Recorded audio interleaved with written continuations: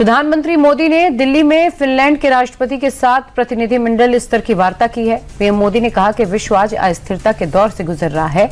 Ukraine से लेकर पश्चिमी एशिया तक संघर्ष की स्थिति है और ऐसे दौर में भारत और यूरोप दुनिया की दो बड़ी डिप्लोमेटिक पावर्स अपने संबंधों के सुनहरे दौर में प्रवेश कर रही हैं। भारत फिनलैंड में बढ़ता सहयोग वैश्विक स्थिरता, विकास और साझा समृद्धि को नई मजबूती दे रहा है। उत्तराखंड में हिमालय की गोद में बसे चौबटिया में भारत और जापान के बीच सैन्य अभ्यास धर्मा गार्डियन जोर शोर से चल रहा है। भारतीय सेना और Japan ground self defence force के बीच ये 7वां संयुक्त सैन्य अभ्यास है। 24 फरवरी से शुरू हुआ ये सैन्य अभ्यास 9 मार्च तक चलेगा। इस बार दोनों देशों की ओर से 120 सैनिकों का दल हिस्सा ले रहा है। ये संयुक्त अभ्यास बारी बारी से भारत और जापान में आयोजित किया जाता है।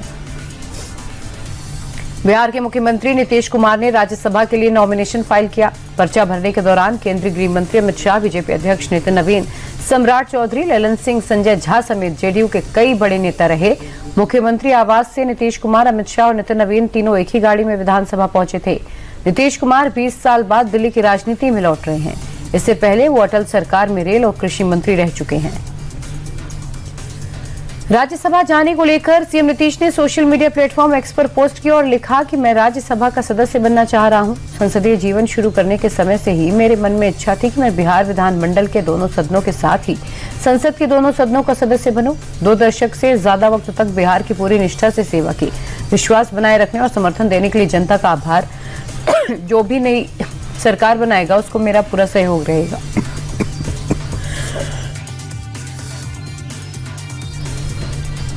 नीतीश कुमार का राजनीतिक सफर दिलचस्प और संघर्षपूर्ण रहा। 1985 में नीतीश ने निर्दलीय उम्मीदवार के रूप में विधानसभा में कदम रखा।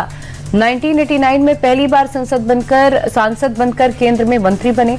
1994 में जॉर्ज फर्नांडिस के साथ समता पार्टी बनाई और यही उनके राजनीतिक जीवन का अहम मोड़ साबित हुआ।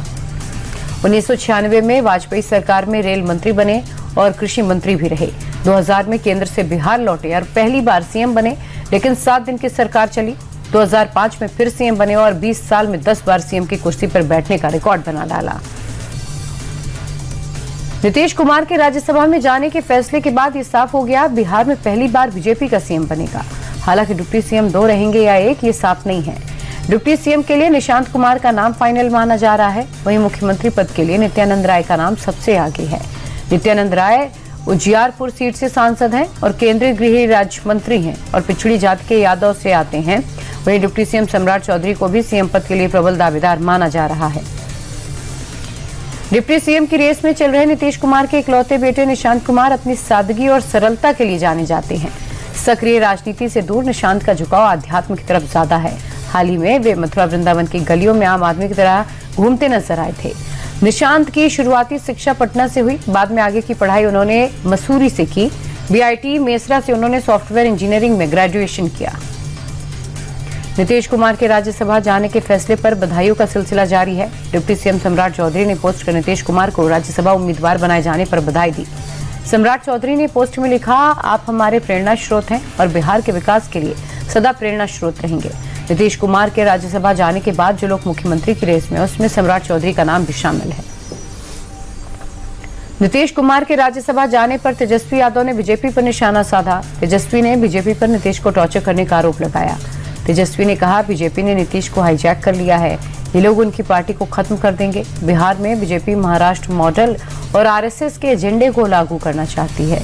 जो मैंने कहा था आखिर में वही हुआ। बीजेपी अपने सहयोगियों के साथ ऐसा ही करती है। बिहार में अब रबर स्टाम्प सीएम बनेगा। नीतीश के राज्यसभा जाने पर आरजेडी ने चुटकी ली। प्रवक्ता मृत्युंजय तिवारी बोले, बीजेपी नीतीश को इतनी जल्दी निपटाएगी इसका अंदाजा नहीं था। बिहार में अभी भी संभावना के द्वार खुले हैं। जो हमारे नेता तेजस्वी जो कह रहे थे वही हुआ। आरजेडी सांसद मनोज झा ने इसे शिंदे मॉडल बताया और कहा कि बीजेपी ने बिहार में शिंदे मॉडल लागू किया। नीतीश की पोस्ट पर मनोज झा बोले, ये पोस्ट दिल्ली दरबार से हुई है। नीतीश कुमार के राज्यसभा जाने से जेडीयू कार्यकर्ताओं में रोष है। सीएम आवास के बाहर सैकड़ों कार्यकर्ता जुटे और जमकर नारेबाजी की। सीएम आवास में बैठक के लिए पहुंचे हिलसा से जेडीयू विधायक कृष्ण मुरारी शरण को भारी विरोध का सामना करना पड़ा। नाराज कार्यकर्ताओं ने विधायक की गाड़ी को घेर लिया और उन्हें अंदर जाने से रोक दिया। भारी गुस्सा देखते हुए विधायक ने अपनी गाड़ी को तेजी से बैक किया और वहां से निकल गए। बीजेपी के राष्ट्रीय अध्यक्ष नितिन नवीन ने भी राज्यसभा के लिए नामांकन दाखिल किया। पर्चा भरने के दौरान गृह मंत्री अमित शाह समेत बीजेपी के कई बड़े नेता मौजूद रहे। इसी साल जनवरी में नितिन नवीन पार्टी के राष्ट्रीय अध्यक्ष बनाए गए थे। 2010 से वे लगातार बिहार की बांकीपुर सीट से विधायक चुने गए। नीतीश सरकार में कैबिनेट मंत्री के रूप में भी वे काम कर चुके हैं। बिहार से तेजस्वी यादव के भी राज्यसभा जाने की अटकलें थी, जो आज खत्म हो गई।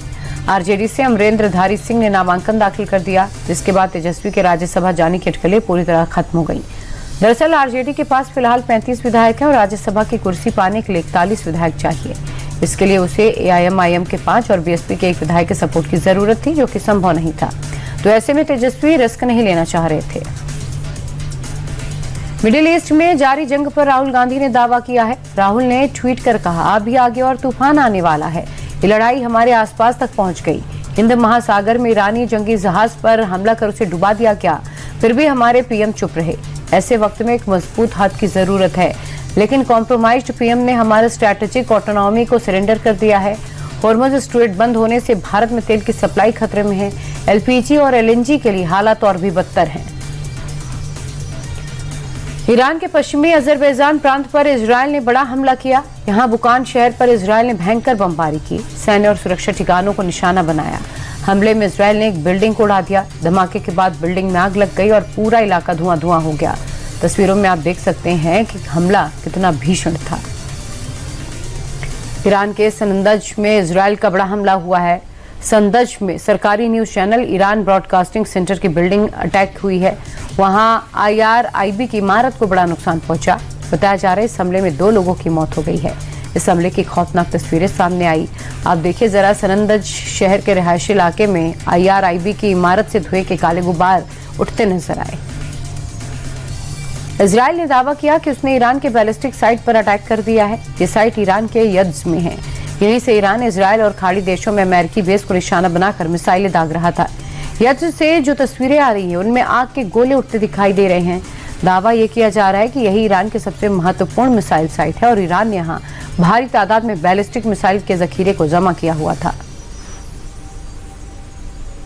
इजरायल ने तेहरान में भीषण हमला किया है। इजरायली फोर्स ने तेहरान में आर्मी हेडक्वार्टर को टारगेट किया। पूर्वी तेहरान स्थित आईआरजीसी के हेडक्वार्टर पर कई मिसाइलें दागी। शहर के कई हिस्सों में लगातार तेज धमाकों की आवाज सुनाई दे रही है। हमले के बाद कई इमारतों में भीषण आग लगी। आईडीएफ के मुताबिक मारिवान में आईआरजीसी की बिल्डिंग मलबे में तब्दील हो गई है। आईडीएफ ने ईरान के 300 बैलिस्टिक मिसाइल को बर्बाद करने का दावा किया। वहीं इजरायल ने ईरान पर ड्रोन अटैक करने की तस्वीरें जारी की है। सैटेलाइट तस्वीरों में ईरान के ठिकानों पर ड्रोन से अटैक होते दिख रहा है। रात को इजरायल और अमेरिका ने मिलकर ईरान में कई जगहों पर बड़े हमले किए। सबसे बड़ा हमला तेहरान में रिवोल्यूशनरी गार्ड्स के हेडक्वार्टर पर हुआ। इजरायल की तरफ से कहा गया कि उनकी एयरफोर्स ने बेहद सटीक इंटेलिजेंस के आधार पर पूर्वी तेहरान में एक बड़े आर्मी कंपाउंड को निशाना बनाकर बड़ा हमला किया है। 6 दिन की जंग में ईरान में अब तक 1405 लोगों की मौत हो गई।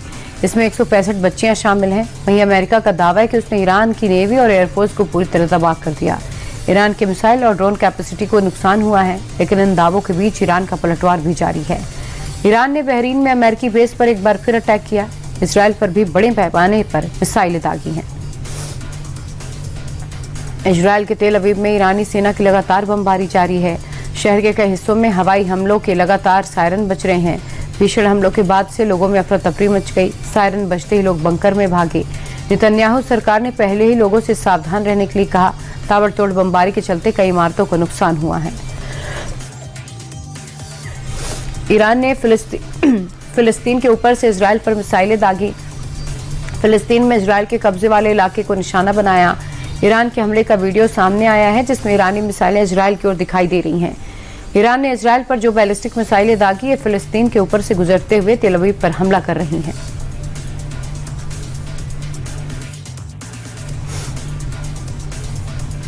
कतर में ईरान ने फिर से अमेरिकी ठिकानों को टारगेट किया। ईरानी फोर्स ने अमेरिकी ठिकानों पर मिसाइल से ताबड़तोड़ अटैक किए। कुछ मिसाइलों को कतर के एयर डिफेंस सिस्टम ने इंटरसेप्ट किया, तो कुछ मिसाइलों ने एयर डिफेंस सिस्टम को चकमा दिया। अमेरिकी सैन्य ठिकानों पर मिसाइल गिरने से भारी नुकसान हुआ। हिंद महासागर में ईरान के वॉरशिप पर अमेरिकी हमले पर विदेश मंत्री अब्बास अरागची ने यूएस को कड़ी चेतावनी दी। अरागची ने कहा कि अमेरिका इजरायल ने हमारी वॉरशिप को डुबोकर गलती कर दी है। अमेरिका ने जो कदम उठाया उसका अंजाम उसे आगे चलकर जरूर भुगतना होगा। जिस जहाज पर अमेरिका ने अटैक किया वो भारत का मेहमान था। जहाज पर करीब 130 लोग सवार थे।